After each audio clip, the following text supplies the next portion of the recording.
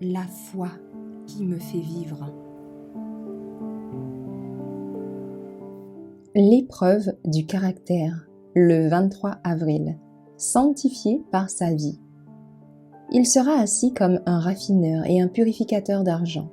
Il purifiera les fils de Lévi. Il les épurera comme l'or et l'argent, afin qu'ils puissent offrir à l'Éternel un sacrifice de justice. Malachie 3, verset 3. Beaucoup de ceux qui professent la sanctification sont entièrement ignorants de l'œuvre de la grâce sur le cœur. Ils mettent de côté la raison et le jugement et dépendent entièrement de leurs sentiments, fondant leurs prétentions à la sanctification sur des émotions qu'ils ont éprouvées à un moment donné. La sanctification biblique ne consiste pas en une forte émotion. C'est ici que beaucoup sont induits en erreur.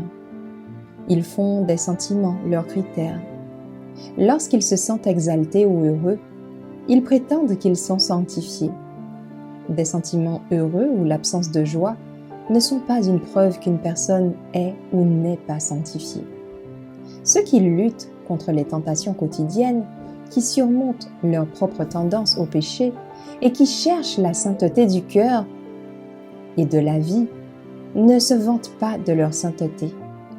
Ils ont faim et soif de justice.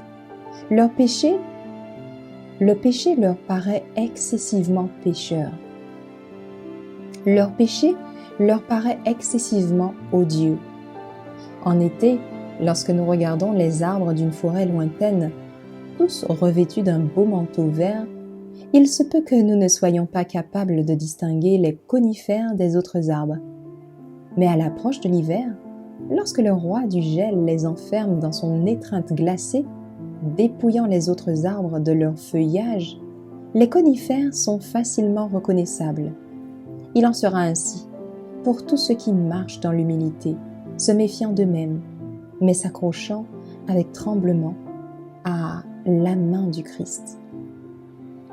Alors que ceux qui sont sûrs d'eux-mêmes et qui se fient à leur propre perfection de caractère perdent leur fausse robe de justice lorsqu'ils sont soumis aux tempêtes de l'épreuve, les vrais justes, qui aiment et craignent sincèrement Dieu, portent la robe de la justice de Christ dans la prospérité comme dans l'adversité. Il faut le temps de l'épreuve pour révéler l'or pur de l'amour et de la foi dans le caractère. Lorsque les épreuves et les perplexités s'abattent sur l'Église, alors le zèle inébranlable et les affections chaleureuses des vrais disciples de Christ se développent.